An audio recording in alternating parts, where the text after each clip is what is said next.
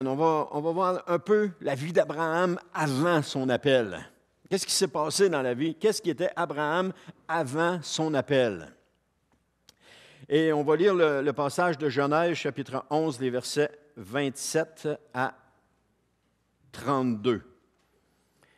Genèse, chapitre 11, les versets 27 à 32, qui nous dit « Voici l'histoire de la famille de Téra. Il eut pour fils Abram, Nahor et Haran. Ce dernier fut le père de Lot. Haran mourut du vivant de son père, Téra, dans son pays natal, à Our des Chaldéens. » Verset 29, Abram et Nahor se marièrent. La femme d'Abram s'appelait Saraï et celle de Nahor, Milca. Milca était la fille de Haran, qui, outre Milca, avait eu une autre fille du nom de Yisca. Saraï était stérile, elle ne pouvait pas avoir d'enfant. Verset 31, Téra partit d'Our des Chaldéens, emmenant avec lui son fils Abram, son petit-fils Lot, le fils de Haran, et Saraï, sa belle-fille, la femme d'Abram, pour se rendre dans le pays de Canaan. Mais arrivé à Haran, ils s'établirent. Téra vécut 205 ans, puis il mourut à Haran. Ici, dans la version de la Bible, on dit Haran, mais dans la version Louis II, on dit Charan. Ça fait peut-être une meilleure distinction entre Haran et Charan, mais dans le verbe grec, le terme grec, c'est vraiment Charan, mais peut-être que c'est la façon de le prononcer. Et puis ici, ils l'ont prononcé comme Haran. Alors, c'est ça. Donc, ce passage semble à première vue anodin. Tu regardes ça, tu te dis, oui, mais qu'est-ce que Dieu peut bien vouloir me dire là-dedans? Qu'est-ce que Dieu veut m'enseigner là-dedans? Qu'est-ce que le Seigneur veut me faire réaliser? Mais il y a quelque chose d'extraordinaire là-dedans. En réalité, il regorge d'une mine d'informations intéressantes. C'est comme pour trouver des métaux sur un terrain qui semble peu prometteur, mais lorsqu'ils font ils vont creuser, ils vont aller chercher des carottes qu'on appelle, et ils vont sortir ça. C'est seulement à ce moment-là qu'ils vont voir si le terrain est prometteur ou pas. Quand ils le regardent comme ça, aucune idée s'il est prometteur ou pas. Mais ils font des sondages, ils vont chercher une carotte, ils la sortent, et puis le terrain, là, ils s'aperçoivent de toute la richesse. C'est un peu ça, ce passage-là. Il faut creuser un petit peu pour aller voir toute la richesse. Il faut aller chercher quelque chose. Et c'est juste une carotte que je sors de là. Ce n'est pas des centaines. Il y en a encore plein d'affaires. C'est ça, la parole de Dieu. Alors, ce passage nous parle du passé d'Abraham et de sa famille. Ici, je vais l'appeler Abraham parce qu'on sait que plus tard, son nom a été... Il s'appelle ici dans le passage Abraham, mais son nom a été changé plus tard par Abraham. Alors, je vais l'appeler Abraham parce qu'on le connaît sous le nom d'Abraham. Alors, il nous parle du passé d'Abraham et de sa famille. Et comme pour chacun des croyants qui sont venus au Seigneur, c'est la même chose. On a, comme chacun des croyants qui viennent au Seigneur, nous avons aussi une famille et un passé. On est arrivé au Seigneur avec un passé, avec un bagage. On est arrivé au Seigneur avec une famille chrétienne, non chrétienne, une famille de chair qu'on avait. Et pour Abraham, c'est un passé qui est révélateur de leur condition actuelle. La même chose pour nous, notre passé est révélateur de notre condition actuelle. Mais un passé n'est pas garant de l'avenir. Le monde dit que le passé est garant de l'avenir, mais quand on adhère à la famille de Dieu, notre passé n'est pas garant de notre avenir. Parce que lorsqu'on adhère à la famille de Dieu, notre avenir est changé. Pour la personne qui ne croit pas Dieu, qui ne croit pas en Dieu, lorsque le jour où elle croit en Dieu, son avenir est changé. Ce qu'on avait dit sur lui ou sur elle devient autre chose. Amen. Mais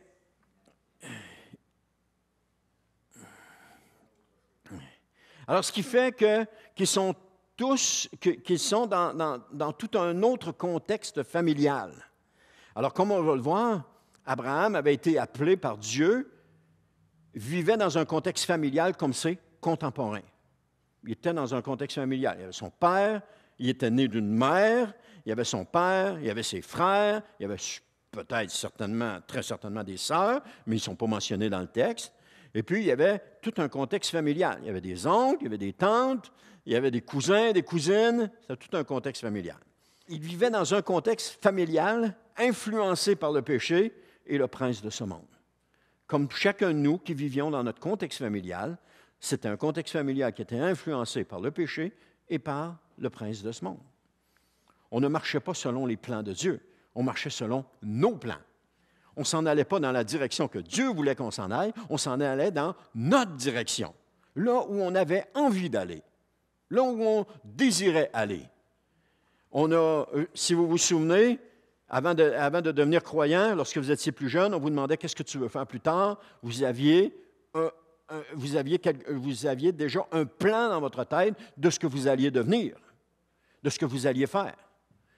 Mais lorsque vous êtes devenu chrétien, les choses ont un petit peu changé. Certaines personnes ont continué dans le plan de carrière qu'ils avaient, c'est correct, mais dans d'autres plans, les choses ont un petit peu changé. Parce que Dieu a appelé à autre chose. Et il a fallu abandonner des choses. Comme Abraham, comme Terah est parti d'Our en Chaldée pour se rendre à Charan, Abraham a suivi son père, il a dû abandonner des choses. Donc, parfois, on est obligé d'abandonner au jour. Aujourd'hui, le croyant vit dans le même contexte familial que Jésus. Donc, les choses sont différentes. Ce contexte familial de Jésus n'est pas influencé par le péché. Il est influencé par l'amour de Jésus. Ce Jésus qui est venu donner sa vie pour nous, afin que nous puissions être pardonnés et que nous puissions entrer dans la famille de Dieu.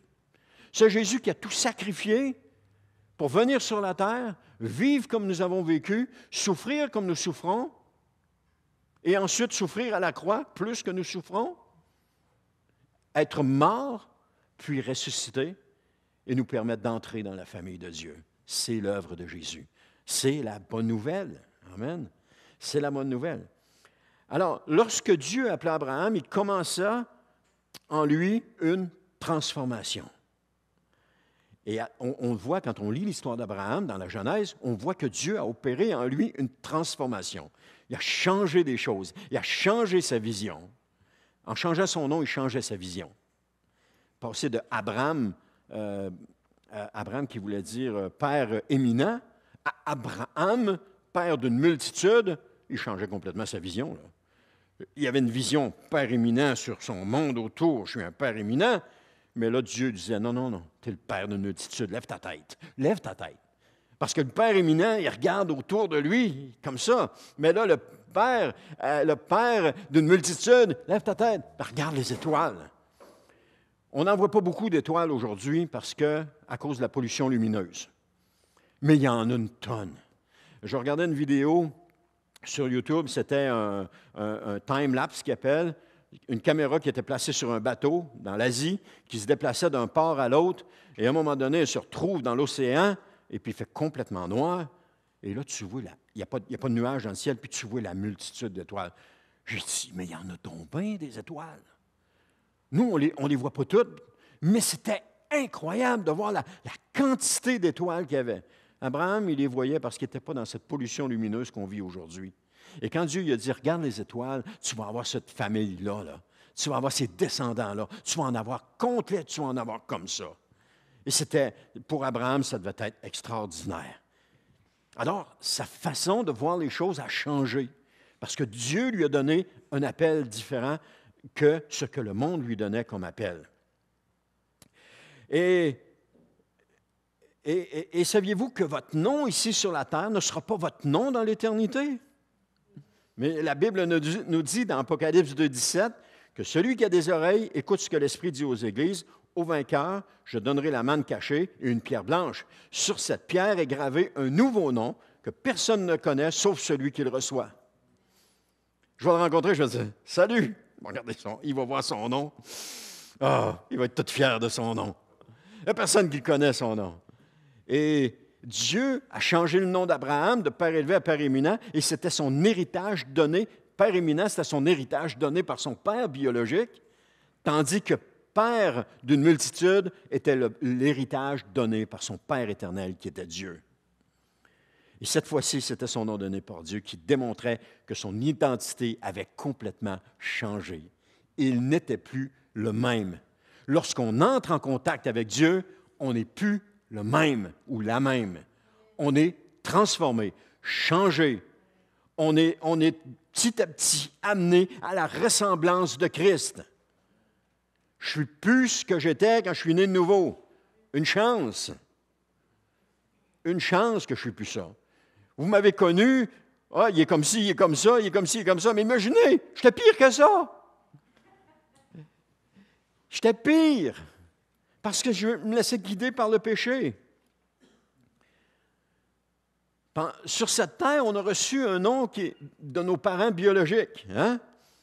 Un nom qui détermine notre identité terrestre. Quand vous regardez la signification de votre nom, il y a différents sites là-dessus, et vous dites, mais c'est moi, c'est moi. Vos parents ont eu à cœur de donner ce nom-là, et puis ça vous caractérise vraiment. Par exemple, Denis, ça signifie Dieu du vin et du délire.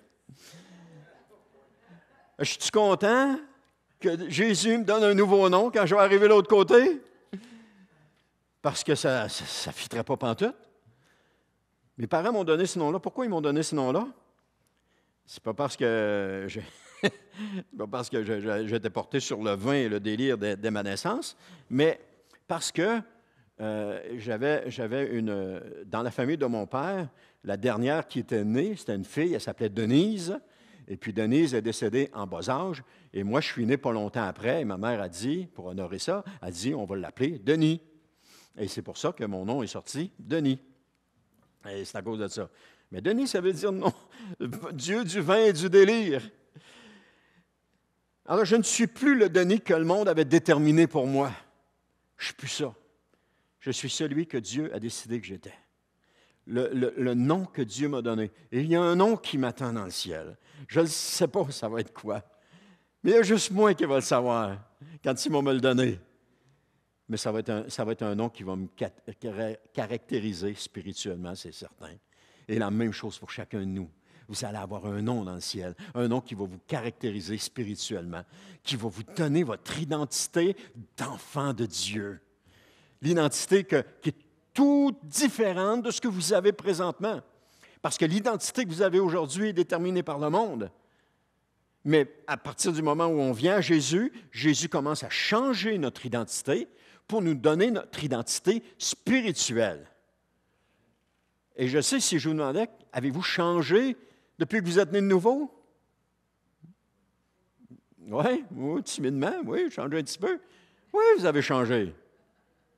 Ah, c'est sûr que vous tapez encore sur les nerfs de certaines personnes, c'est certain, mais vous avez quand même changé. C'est sûr que vous ne plaisez pas à tout le monde, mais vous avez quand même changé. Et je suis convaincu que ce n'est pas pour le pire. Je suis convaincu que c'est pour le mieux. Si vous vous regardez lorsque vous êtes né de nouveau, à aujourd'hui, c'est pour le mieux que vous avez changé. C'est pour le mieux. Vous êtes devenu un petit peu plus semblable à Jésus. Un petit peu plus. Et c'est ça qui vous caractérise. C'est ça qui nous caractérise tous. Amen. Le contexte familial, on a vu le contexte familial d'Abraham un petit peu, on va le voir un peu plus en profondeur. Là. Le contexte familial est ce qui nous façonne, nous forme et nous définit. C'est pas compliqué. C'est dans la famille qu'on apprend des choses. On parlait de quelqu'un qui n'est pas chrétien, Anne et moi, et puis Anne a dit, puis la personne n'est pas chrétienne, c'est ça que je dis, a dit, il y a quand même un bon fond, cette personne-là, elle a quand même un bon fond. Après le passé turbulent d'adolescence que cette personne-là a eu, elle dit, elle a quand même un bon fond aujourd'hui. Et ça, c'est là que ça nous a amené à dire, mais tu vois, instruis l'enfant dans la voie qu'il doit suivre, et quand tu seras grand, il ne s'en détournera pas. Le fond que ses parents lui ont donné, malgré tout, ce n'est pas une famille chrétienne, c'est une famille qui vit dans ce monde, mais ils lui ont donné des bonnes valeurs. Ah, c'est sûr que ça a été un combat pendant son adolescence, mais aujourd'hui, il est rendu, cette personne-là doit avoir une quarantaine d'années, ce fond-là est là. Et ça se voit. Alors, ça dit ça, c'est dans Proverbe 22:6 qui nous dit « Apprends à l'enfant le chemin qu'il doit suivre, puis quand il sera vieux, il n'en déviera pas. » Donc, ce que vous faites à vos enfants aujourd'hui, c'est quoi je disais tantôt? Je disais que le contexte familial est ce qui nous façonne, nous forme, nous définit. Alors, le contexte familial dans lequel vous élevez vos enfants les façonne, les forme et les définit. Et dans ce contexte familial-là, vous pouvez faire confiance à Dieu, à sa parole, que quand ils seront grands, ils vont toujours revenir à ce contexte familial-là dans lequel ils ont été élevés.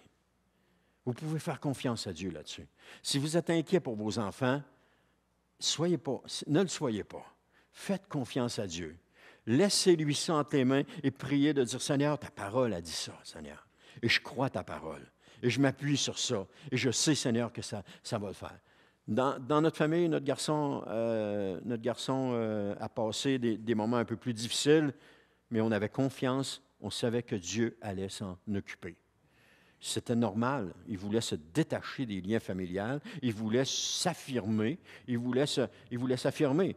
Et ça l'a amené dans certaines situations. Mais on a toujours fait confiance à Dieu. On savait que le Seigneur allait le ramener à un moment donné. Et c'est ce qu'il a fait. Aujourd'hui, notre fils, j'ai appris ça pendant qu'on est allé le voir. Avant de parler de notre fils, saviez-vous que dans les clubs de sport professionnels, ils ont un aumônier? Tous les clubs de sport professionnels ont un aumônier et avant chaque partie, l'aumônier est là et puis les gens qui veulent vont avec lui puis il leur fait une étude biblique puis il prie pour eux autres. Et ensuite de ça, cette personne-là, entre autres c'était dans l'équipe de football des Bombers de Winnipeg, ensuite de ça, l'aumônier reste sur les lignes de côté. Et si un joueur se blesse, se fait mal ou qu'il y a de la misère, il va voir l'aumônier et il dit, veux-tu prier pour moi? Veux-tu prier avec moi pour que la situation change? Il y a un aumônier là. Et ça, c'est dans toutes les équipes de sport professionnels. Ils ont un aumônier qui est là en place, payé par l'équipe. Mais on n'en entend pas parler. Mais il y a des chrétiens partout. Alors, mon fils est allé remplacer l'aumônier du club de sport des Bombers de Winnipeg. Il est allé le remplacer le samedi qu'on était là. Alors, ils nous ont donné des billets, on n'a pu assister au match, et puis il est allé le remplacer. Mais il n'est pas allé sur les lignes de côté, mais il est allé avant. Il dit qu'il y avait, je pense que c'est 8 ou 12 gars qui sont allés pour l'étude qu'il a préparée. Et je trouvais ça, moi je découvrais ça, je trouvais ça bon. Mais quand on est arrivé le samedi, pas le samedi, le lundi, il était supposé aller avec le club de soccer, le FC Winnipeg, qui est le club de soccer professionnel là-bas, pour justement une étude biblique avec eux autres, parce que c'est lui qui est l'aumônier pour ce club-là. Je découvrais ça, il m'apprenait ça, j'ai dit « Oh my! » Alors, c'est juste pour vous dire comment est-ce que Dieu instruit l'enfant dans la voie qu'il doit suivre, puis comment est-ce que Dieu va le ramener. Et puis, il va faire. Parce que c'est nous, ils nous ont été confiés, ces enfants-là, mais ils appartiennent à Dieu. Et Dieu a un œil sur eux, puis il veille sur eux, puis il les conduit. Nous, on a fait ce que le Seigneur nous a demandé, ou en tout cas, on a fait de notre mieux avec ce que nous avions, et le Seigneur s'est occupé du reste. Aujourd'hui, il est impliqué là, puis peut-être, il disait peut-être qu'à un moment donné, quand l'aumônier est en place avec des Bombers ne sera plus là, peut-être que c'est lui qui va être là, il ne le sait pas, mais en attendant, il continue de le remplacer quand il y a besoin. Le gars était parti en vacances, il continue de le remplacer, puis il continue avec le FC Winnipeg au soccer. J'ai trouvé ça tellement bon, là, tellement bénissant là, d'entendre ça, là, je trouve.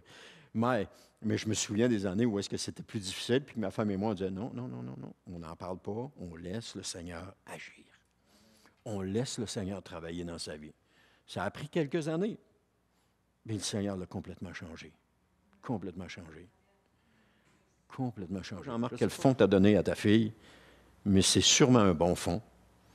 Et fais confiance au Seigneur. Tantôt, ta prière, c'était correct, ta prière, c'était une bonne requête.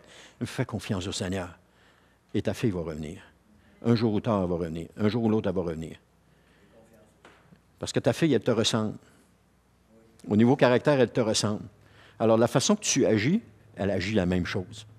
Alors, fais confiance au Seigneur, elle va revenir. Puis elle va être contente de revenir vers son Père. Parce que sais-tu quand est-ce qu'on s'aperçoit que notre père ou notre mère nous manque? C'est quand ils ne sont plus là. Quand on les a plus à nous autres. Au début, ça a l'air d'une délivrance. Mais après quelque temps, on s'aperçoit qu'il nous manque. Le fils prodigue, c'était ça. On dit après quelque temps, là, son père, sa famille, sa maison lui manquaient. Sa vie était misérable.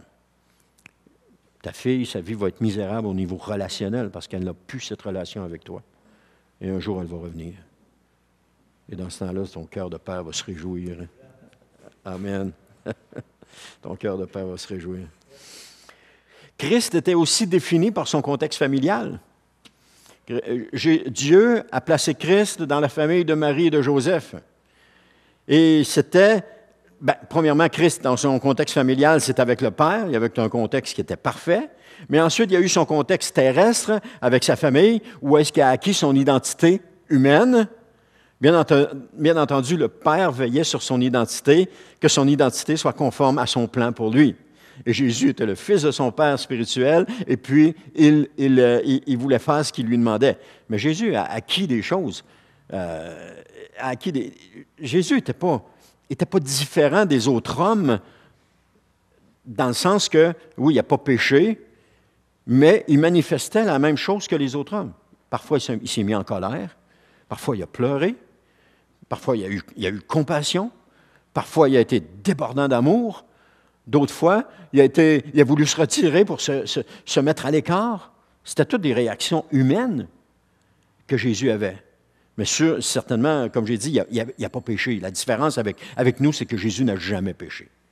Il n'a jamais commis de péché. Amen. Alors donc, il a été défini par sa famille. Sa famille terrestre, son identité humaine a été définie là. Et lorsque nous devenons chrétiens, Dieu veille désormais sur notre identité spirituelle. Et il ne nous laisse pas tomber. Il y a un plan pour chacun de nous. Des fois, on dit, oui, c'est quoi ce plan-là? Je ne sais pas, mais Dieu a un plan pour chacun de nous. C'est un service, on sert. On sert le Seigneur. Alors, le Seigneur nous appelle à servir. Qu'importe où est-ce qu'on va servir, la bénédiction de Dieu va être sur nous. Qu'importe le ministère. Il n'a pas de gros, puis il n'a pas de petit. C'est juste qu'on sert le Seigneur là où il veut qu'on sert. C'est tout. Mon rôle à moi ici, c'est de servir. Juste servir. Rien d'autre que ça. Et puis, on sert, chacun de nous, là où on sert avec le meilleur de nos connaissances. Et puis, on fait confiance au Seigneur dans notre service. On laisse le Seigneur, on lui fait confiance, puis on dit, Seigneur, conduis-moi. Conduis-moi. Et c'est là que les choses commencent à bien aller. Quand on prend le contrôle puis qu'on veut conduire, c'est là que ça commence à mal aller. Mais lorsqu'on dit au Seigneur, prends les choses puis conduis-moi, et là, ça commence à bien aller. OK, je vais arrêter de m'éloigner, là. Terra, ça veut dire, les mots sont importants dans ce passage-là, terra, ça veut dire halte, délai, retard. Et la vie de Terra est marquée dès sa naissance par des délais, des haltes et des retards. Plusieurs personnes sont des Terra dans leur vie. Des gens qui sont marqués par des délais, c'est-à-dire remettre à plus tard de suivre Jésus. Des haltes, s'arrêter sur le chemin qui conduit à Christ.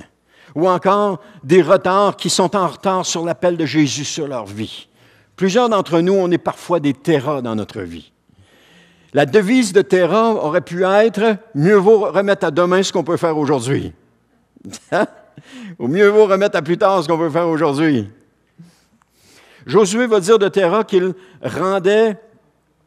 Ah non, OK, j'ai pas fini. Je disais que cette attitude, les gens qui sont des Terra dans leur vie, cette attitude les conduira à la même place que Terra.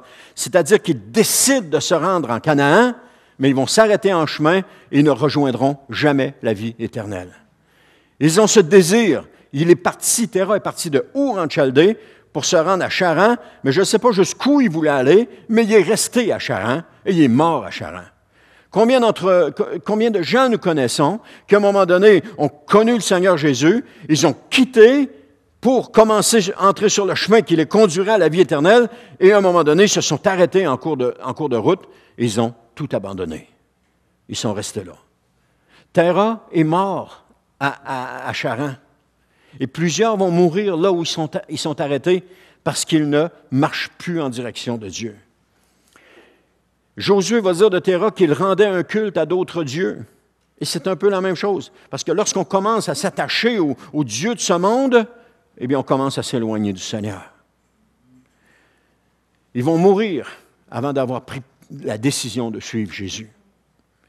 Cependant, Abraham, qui lui est conduit par Dieu, n'allait pas suivre les traces de son père biologique. Je vais juste regarder l'heure qu'on est rendu. OK. Il n'allait pas suivre les traces de son père biologique. Il allait plutôt suivre les traces de son Père éternel. La différence entre son père biologique et Abraham Et on sait ce que ça a donné pour Abraham. Dans Genèse 25:8, c'est pas sur l'acétate, ça dit « Il est mort au terme d'une heureuse vieillesse, âgé et comblé. » On parle de Terah, il est mort à Charan. Abraham, on dit, il est mort au terme d'une heureuse vieillesse, âgé et comblé. Rempli de la présence de Dieu. Rempli d'avoir obéi au Seigneur et d'avoir eu toutes sortes de difficultés dans sa vie, mais ayant vu la main de Dieu qui l'a guidé, l'a dirigé. Ayant vu la promesse de Dieu s'accomplir pour sa vie. Ayant vu Dieu ne jamais l'abandonner, de toujours être avec lui. Et c'est ces mêmes promesses qui sont à nous. On peut choisir d'être des Terah ou être des Abraham. On a le choix. Le choix est devant nous. Soit on décide de suivre ce que notre Père céleste, soit on décide de suivre notre volonté. Et vous allez voir tantôt, Terah, il y a encore d'autres significations là-dessus. Quelle est la voie qu'on suit présentement? Est-ce que c'est la voie de nos parents ou c'est celle de Dieu? C'est quoi la voie qu'on suit? La voie de nos parents, comme Terah, va nous conduire dans la mort spirituelle. Mais cependant, la voie de Dieu, comme Abraham, nous conduira dans la vie éternelle. Cette marche-là avec le Père, au travers des difficultés, sans jamais abandonner Dieu, en restant toujours à l'écoute de Dieu et en dire, Seigneur, qu'est-ce que tu veux que je fasse? Où est-ce que tu veux que je sois? Abraham avait, d'après ce texte, deux frères. Nahor qui signifie qui allaite, qui renacle. Je vais le définir tantôt. Ou Haran, qui signifie montagnard, très sec, desséché. Voilà deux beaux exemples pour Abraham. Et ça lui aurait été facile de suivre l'influence de sa famille, de s'en aller dans la même direction que sa famille, de rester attaché à son père et de mourir lui aussi à Charan après avoir déménagé à Charan. De la même façon, notre famille peut être un exemple à ne pas suivre et que nous suivons tout de même. Je parle de notre famille terrestre. On dit souvent tel père, tel fils. Mais moi, je veux ressembler à mon Père éternel. J'appartiens à la famille de Dieu maintenant. J'enlève rien à mon Père qui m'a donné naissance, qui a pris soin de moi, qui m'a élevé, qui m'a donné ce fond que j'ai aujourd'hui et qui a pourvu à mes besoins dans mon enfance. Mais aujourd'hui, ma vie appartient à Dieu. Aujourd'hui, ma vie appartient à Dieu. Donc, parce que l'influence du monde est omniprésente sur nous. Il ne faut jamais oublier ça. Ici, dans le cas d'Abraham, il y avait la voix de Dieu qui se faisait entendre, mais il y avait aussi trois autres voix différentes dans son environnement qui se faisaient entendre. Il y avait Terah, Nahor et Haran. Abraham aura décidé de suivre la voix de Dieu. Quelle que soit la voix les voix qui se font entendre, le meilleur choix sera toujours la voix de Dieu. Qu'est-ce que Dieu veut pour moi? Qu'est-ce qu'il a pour moi? À quoi il m'appelle? Ce n'est pas toujours des choses grandioses à laquelle Dieu nous appelle, qui vont nous mettre sous le spotlight et qui vont nous faire de nous qu'on va devenir célèbres. Non, puis j'en veux pas de ça. Ah, il y a un temps, dans ma vie terrestre, c'est ça que je voulais. Je voulais être reconnu, je voulais être vu, je voulais être adulé. Mais au niveau spirituel, ce que je veux maintenant, c'est servir. Servir, c'est tout ce que je veux. J'ai pas besoin de ça. J'ai plus besoin de ça. Parce que mon identité que le monde m'a donnée était rattachée à cela, à être vu. Puis tout ce que je faisais, c'était pour ça. On était en groupe, je faisais des blagues, je riais parce que je voulais que l'attention soit sur moi.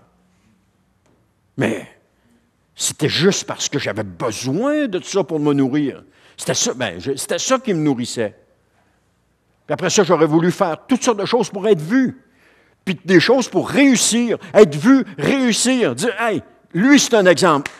Bravo, c'est beau ce que tu as fait. » Quand j'ai commencé à servir dans l'Église, c'était encore ça qui était là. Mais le Seigneur m'a amené ailleurs. Il m'a amené ailleurs, il m'a amené autrement. S'il y a des choses qui ont fait mal, mais qui m'ont fait grandir et qui m'ont changé au point qu'aujourd'hui, je ne veux plus ça.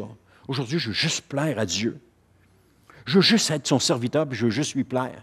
Je veux juste entendre le Seigneur me dire ce qu'il veut que je fasse, puis je veux juste faire ce qu'il veut que je fasse. Puis être heureux avec ça. Puis bénir le Seigneur. Et c'est ça. Si ça nous conduit sur quelque chose où est-ce qu'on est vu, adulé et tout ça, c'est correct. C'est ce que Dieu veut. Mais si ça nous conduit dans un ministère dans l'ombre, où est-ce que seulement le Seigneur qui voit ce qu'on est en train de faire? Gloire à Dieu. Parce que ce ministère-là est beaucoup plus grand que l'autre qui reçoit déjà la gloire des hommes. Parce que plus tu es vu, plus tu es adulé, plus tu reçois la gloire des hommes. Il faut être fort spirituellement pour résister à ça. Beaucoup de personnes ont reçu ça, puis ils sont tombés. Les téléévangélistes dans les années 80 qui s'élevaient comme ça, puis là, oh, tu les voyais partout à la TV. À un moment donné, flac, ils tombaient. Jimmy Swaggart, Jim Baker, c'en est deux, mais il y en a eu d'autres. Ça dépend de l'attitude qu'on a. Est-ce que notre attitude était de... Qu'importe. Alors, si vous faites un ministère qui est dans l'ombre, que personne ne voit, mais qu'il y a seulement Dieu qui voit, vous faites le plus grand ministère dans l'Église. Et vous allez être de ceux que Dieu va récompenser quand vous allez arriver là, au ciel, dans sa présence. Parce que vous allez avoir fait ce que Dieu veut que vous fassiez. Et c'est celui qui fait ce que Dieu veut qu'il fasse qui reçoit les plus grands honneurs de la part de l'Éternel. Quand Jésus dit « Entre dans ta chambre, ferme ta porte, puis prie ton Père qui voit dans le secret ». Quand il dit « Quand tu jeûnes, lave-toi, parfume ta tête, puis lave-toi, parfume-toi, puis habille-toi comme du monde, puis montre pas à personne que tu jeûnes. » Parce que ces choses-là attirent les regards des gens, et puis les gens nous élèvent comme étant des modèles de perfection. C'est pas ça. On est loin de ça. On veut juste être ce que le Seigneur veut qu'on soit. Je veux juste être ce que le Seigneur... On veut juste ça. Alors, le ministère que vous faites dans l'ombre va vous amener les grands honneurs de la part de l'Éternel. Qu'est-ce que vous recherchez? Les grands honneurs des hommes ou les grands honneurs de l'Éternel? Moi, je cherche les grands honneurs de l'Éternel. Les grands honneurs de l'Éternel. Et pas les grands honneurs des hommes. Je cherche les grands honneurs de l'Éternel. Faire ce que lui me demande de faire. Indépendamment de ce que les hommes font. Amen. Gloire à Dieu.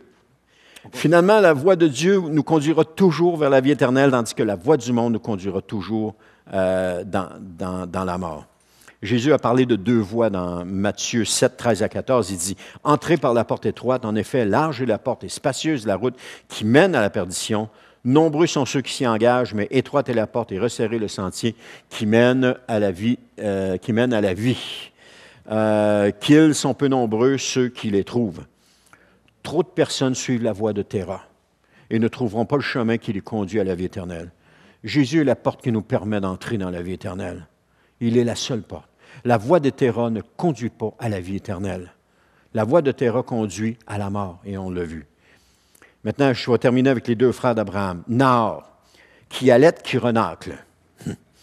Haleter, H-A-L-E-T-E-R, ça veut dire éprouver une sorte de suffocation en parlant d'une personne à qui la douleur ou l'effroi a comme ôté ses forces. Blessé, un homme blessé par ses contemporains et qui ne l'accepte pas, qui en a en dedans là, contre eux autres, puis il y a de la misère à parler tellement il y a de l'émotion qui monte et puis qui voudrait régler des comptes.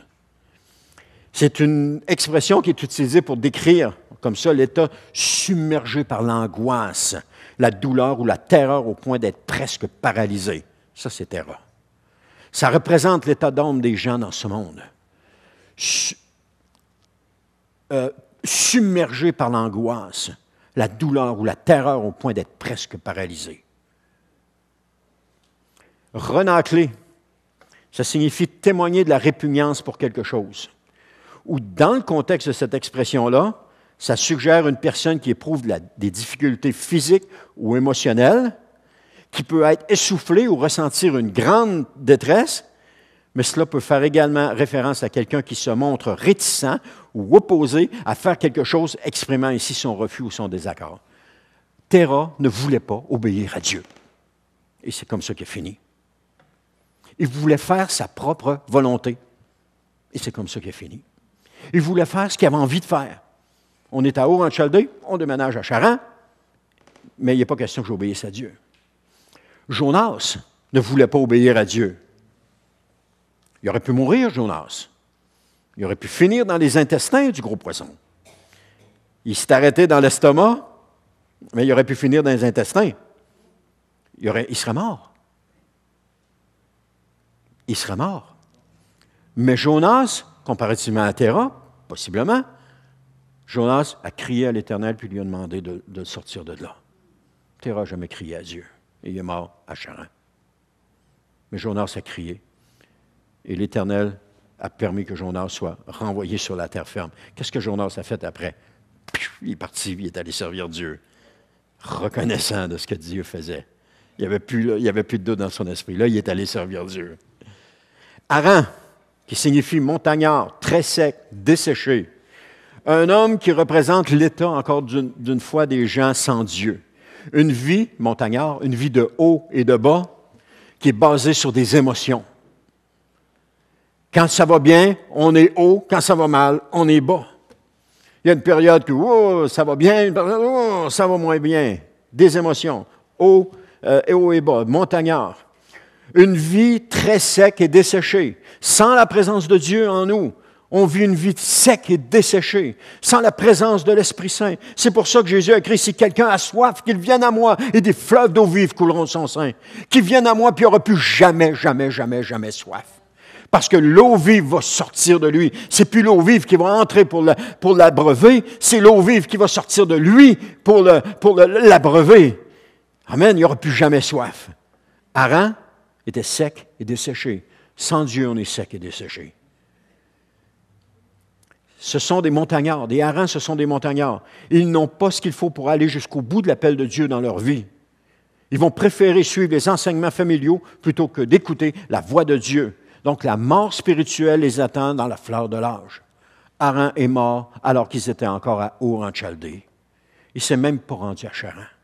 Il n'a même pas été en mesure d'embarquer dans la caravane qui allait les mener vers une étape, vers quelque chose de nouveau, alors que tous les autres ont embarqué. Et c'est pour ça qu'on voit Lot. Lot était le fils de Haran.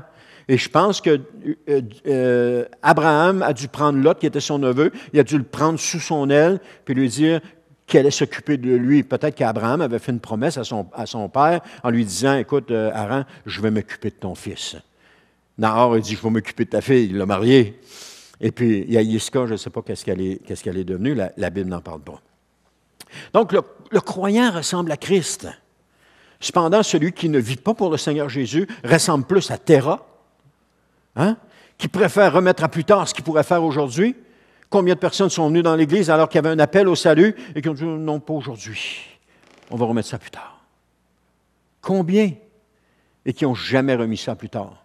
Parce que l'occasion, à toutes les fois que l'occasion, ils l'ont remis à plus tard parce qu'à toutes les fois que l'occasion s'est présentée à eux, ils l'ont remis à plus tard. Ils l'ont remis à plus tard. Ils l'ont remis à plus tard. Combien sont morts alors qu'ils avaient eu l'invitation de venir à Jésus à multiples reprises et qui ne sont jamais venus à Jésus. Ils ont toujours remis ça plus tard. À un moment donné, ça va être le temps. À un moment donné, ça va être le temps.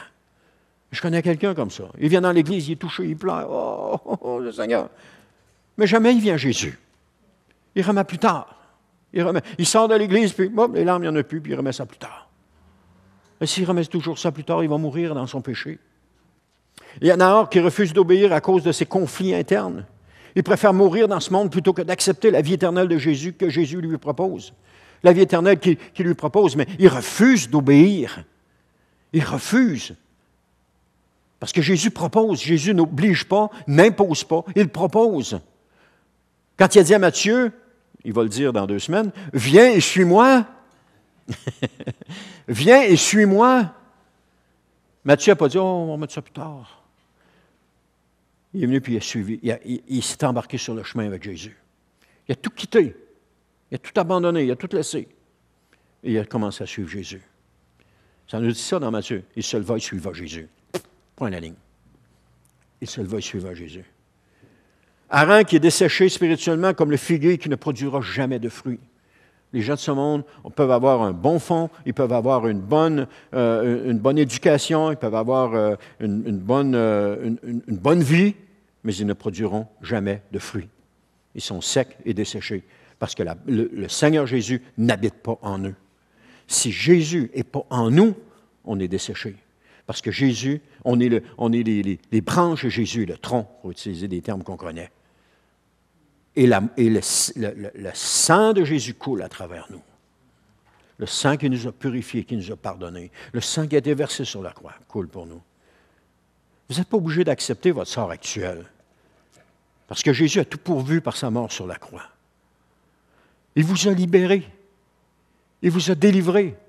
Vous n'êtes pas obligé d'accepter « Ah, mais mon père était comme ça, c'est comme ça que je suis. » Non, ton père était comme ça, mais toi, c'est plus ton père. C'est ton père biologique, mais ton père spirituel, c'est Dieu. Ton père biologique n'a jamais été ton père spirituel. Il a toujours été ton père biologique où est-ce qu'il te fait grandir dans la chair. Mais Dieu est ton père spirituel qui te fait grandir jusque dans l'éternité. Ton père biologique ne t'amènera pas jusque dans l'éternité, mais ton père spirituel va t'amener jusque dans l'éternité. Le jour où Jésus va revenir, si tu es mort, tu vas ressusciter pour entrer dans la présence de Dieu, si tu étais avec Jésus. Mais si tu étais sans Jésus, tu vas rester mort jusqu'au jugement dernier. Encore une période. Tu vas rester encore endormi, parce qu'on parle d'être endormi. Vous savez, on dit souvent, « Ah, la personne est décédée, partie rejoindre le Seigneur. » C'est une mauvaise façon de dire les choses. Parce que la personne qui est décédée, elle est endormie. C'est ce que Paul nous dit dans 1 Thessaloniciens. Pour ceux qui dorment. Elle est endormie, donc elle n'a plus conscience de rien. Et un jour, elle va être ressuscitée, elle va être réveillée. Un jour, elle va être ressuscitée. Mais il y a deux issues à cette résurrection-là. Soit entrer dans le règne avec Christ, soit aller au jugement dernier. Quand 1 Thessaloniciens, c'est 4 ou 5, nous dit que les morts en Christ vont ressusciter, puis nous, les vivants, vont être transformés. Donc, à ce moment-là, tout ça, on entre dans la présence de Jésus, et puis on va passer l'éternité avec Jésus. Ceux qui n'étaient pas en Christ vont ressusciter seulement à la fin pour le jugement dernier. Donc, ils ne sont pas partis rejoindre le Seigneur. Ils sont endormis. Mais c'est une façon de le dire, avec ce ton-là si on veut, mais ce n'est pas tout à fait précis. Et ils sont endormis en attendant que Christ revienne et qu'il les ressuscite, en présence de Dieu. Alors, ceux qui sont endormis aujourd'hui, ceux qui sont endormis en Christ vont entrer dans la présence de Dieu lorsque Jésus va venir. Mais ils ne sont pas partis dans la présence de Dieu. C'est ce que je pense. Mais vous pouvez penser ce que vous voulez. Vous avez le droit. Amen. Vous n'êtes pas obligé d'accepter votre sort. Jésus a tout pourvu par sa mort à la croix. Il vous a libéré, il vous a enlevé l'acte de condamnation qui était sur vous. Amen. Quelqu'un me disait samedi, ce qui la réjouissait, le Seigneur lui avait donné cette parole, « Réjouis-toi parce que ton nom est écrit dans le livre de vie. » Pas samedi, vendredi. « Réjouis-toi parce que ton nom est écrit dans le livre de vie. » Et ça m'a tellement parlé. « Réjouissez-vous. » C'est là que notre joie doit être. Notre nom est écrit dans le livre de vie. C'est pas ce que je fais sur la terre qui doit me réjouir. Au-delà de cela, se réjouir parce que notre nom est écrit dans le livre de vie. On a donné notre vie à Jésus, on a commencé à marcher avec Jésus, on a commencé à vivre pour Jésus, on a commencé à faire de Jésus notre Seigneur et Sauveur, on l'a mis en premier dans notre vie, notre nom est écrit dans le livre de vie. Dieu nous a sauvés. Il nous a arrachés de ce monde et nous a amenés dans sa présence. Nous sommes enfants de Dieu, notre nom est écrit dans le livre de vie. On doit se réjouir de ça. C'est ça qui doit être le plus haut point dans notre vie. C'est ça qui doit nous exciter le plus. Quand les disciples sont revenus, après avoir chassé les démons puis guéri les malades, ils étaient tous excités. « Seigneur, même les démons nous sont soumis. » Jésus leur a dit, « Réjouissez-vous pas que les démons sont soumis. Réjouissez-vous parce que votre nom est écrit dans le livre de vie. » Amen. Réjouissez-vous parce que votre nom est écrit dans le livre de vie. Amen. Je me réjouis parce que mon nom est écrit dans le livre de vie. Il n'y a pas d'autre réjouissance à avoir plus grande que celle-là. Parce qu'un jour, je vais vivre éternellement. Mon sort ne sera pas de mourir à tout jamais, privé de la présence de Dieu pour l'éternité. C'est ça qui est dramatique. Plusieurs des gens pensent que, on meurt, c'est fini, il n'y a plus rien. Non, c'est pas ça. C'est pas ce que la Bible dit. Ah ouais, mais je ne crois pas à la Bible. Crois-y pas, c'est ce qu'elle dit. La loi, que tu y crois, tu y crois pas, c'est ce qu'elle dit. Alors, si tu commets une infraction, tu vas payer le prix. C'est la même chose. La Bible, que tu y crois, tu y crois pas, c'est ce qu'elle dit. Si tu marches pas selon la parole de Dieu, tu vas payer le prix. Alors, vous pouvez, tout comme Abraham, accepter de suivre Jésus malgré votre contexte familial, ou encore vous pouvez vous conformer à votre contexte familial, et cette décision aura des graves conséquences. Alors, lorsque vous mourrez, vous n'aurez pas droit à la vie éternelle. Pourquoi? Je viens de le dire, parce que votre nom ne sera pas écrit dans le livre de vie. Et si vous avez des doutes, est-ce que Seigneur, mon nom est écrit dans le livre de vie? Demandez-le à Dieu et il va vous le confirmer. Il va vous le confirmer. Et Seigneur, si mon nom n'est pas écrit, mettez-vous à genoux et dites, Seigneur, je te demande pardon puis je veux te suivre. Seigneur, je veux faire de toi mon Seigneur et Sauveur dans ma vie puis je veux te suivre. Et votre nom va être écrit dans le livre de vie. À tout jamais. Qu'est-ce que vous décidez? C'est à vous de choisir. Vous pouvez, comme Nahor, choisir de rester à Charan et de mourir là, sans destinée éternelle. Ou encore, vous pouvez décider, comme Abraham, d'accepter de suivre Dieu dans la voie qu'il vous indique maintenant. Parce que Dieu vous appelle. À un moment donné, j'avais un appel sur ma vie et je savais que le Seigneur m'appelait. Et je n'entrais pas dans l'appel. Écoute, quand c'était temps d'entrer au collège biblique, ça a pris des années avant que je me décide. Alors, quand quelqu'un prend du temps à se décider, je peux comprendre. Ça a pris des années avant que je me décide. À un moment donné, pourquoi? Parce que j'avais peur. Je ne voulais pas obéir. J'étais insécure. Écoute, je n'ai jamais fait de grandes études. Je n'ai jamais fait de longs travaux. Je ne serais pas capable. Et puis, il y avait toutes sortes d'excuses qui venaient. Puis même Anne s'était inscrite avant moi, puis elle faisait ses cours, puis elle me demandait, elle dit, tu peux-tu lire mon travail? Puis si tu vois des choses, les corriger. Elle dit, j'aimerais ça, puis avoir ton avis. Ah, je lisais ça, j'étais béni, ça me parlait tellement. Je disais, c'est tellement bon ce que tu as écrit, ça me bénissait. Et après, elle a fini, elle a été graduée. Et moi, le Seigneur, j'avais toujours cet appel-là. Non, je ne suis pas capable. À un moment donné, j'ai décidé. J'ai dit, OK, Seigneur, je vais y aller. Ça a pris du temps. Je ne sais pas où c'est que vous êtes rendu dans ce que Dieu vous appelle. Je ne sais pas si ça fait longtemps que vous luttez avec Dieu. Vous êtes comme des terras, vous luttez pour obéir à Dieu. Peut-être parce que vous avez peur, peut-être parce que vous êtes insécure, peut-être parce que vous ne voyez pas c'est quoi l'avenir, vous ne voyez pas l'importance. Mais je sais que Dieu nous appelle tous à quelque chose. Il nous appelle tous à l'obéir, il nous appelle tous à le servir, il nous appelle tous à quelque chose. Quel que soit ce qui vous appelle, faites-lui confiance et dites-lui, oui Seigneur, je vais te suivre. Montre-moi le chemin maintenant. Ah, ça peut prendre quelque temps, mais à partir du moment où vous avez pris cette décision-là, Dieu va vous montrer chacune des étapes. Dieu a pris Abraham puis il l'a conduit dans chacune des étapes de sa vie. Toute l'histoire d'Abraham, c'est Abraham conduit dans différentes étapes de sa vie. Il y a des étapes qui ont peut-être pris 30 ans, 40 ans entre les étapes. Mais Abraham a été changé d'une étape à l'autre, il a été changé. Et il a été amené, et on voit, il a fini après une heureuse vieillesse. Et il est entré dans la présence de Dieu parce que dans le Nouveau Testament, Jésus fait allusion à Abraham. Et il prend aussi Abraham avec le cas de l'homme riche et du pauvre Lazare, alors que le pauvre Lazare est en train de parler avec Abraham. Il prend cette image-là d'Abraham pour montrer qu'Abraham, après tout le chemin de foi qu'il a marché avec Dieu, Abraham, lorsque Jésus va revenir, va ressusciter.